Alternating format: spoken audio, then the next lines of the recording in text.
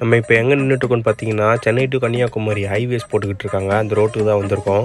என்ன டியூட்டி எடுத்துருக்கோன்னு பார்த்தீங்கன்னா, இந்த இபி வேலை பார்க்குறவங்க கூட வந்திருக்கோம். கொஞ்சம் லாங் போகிறதுனால நம்மளை கூப்பிட்ருக்காங்க.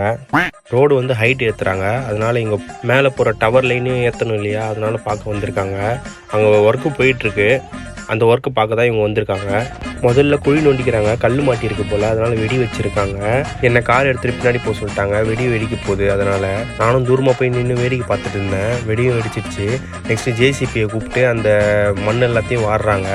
மெஷர்மெண்ட் கொடுத்துருக்காங்க. அந்த அளவுக்கு போகணும் ஆழம் அப்படின்னு சொல்கிறதுனால ஜேசிபியை வச்சு வெட்டிக்கிட்டு இருக்காங்க. நடுவில் கல் மாட்டிச்சுன்னா அந்த மாதிரி தான் வெடி வைப்பாங்களாம்.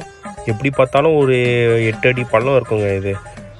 இந்த மாதிரி பள்ளம் தோண்டிட்டு நெக்ஸ்ட்டு இந்த மாதிரி ராடை வச்சுட்டு காங்கிரீட்டை வச்சு புதைச்சிருவாங்க. அதுக்கப்புறம் தான் இந்த மாதிரி டவர்லாம் கனெக்ஷன் கொடுத்துருவாங்க போல் மேலே. இந்த வெயிலையும் இவ்வளோ பேர் உழைச்சிட்டு இருக்காங்க பார்த்தீங்களா. இந்த மாதிரி தான் கடைசியில் அவுட்புட் வரும் போல். இந்த மாதிரி வச்சுட்டு இவங்களோட டியூட்டி முடிஞ்சது போல்.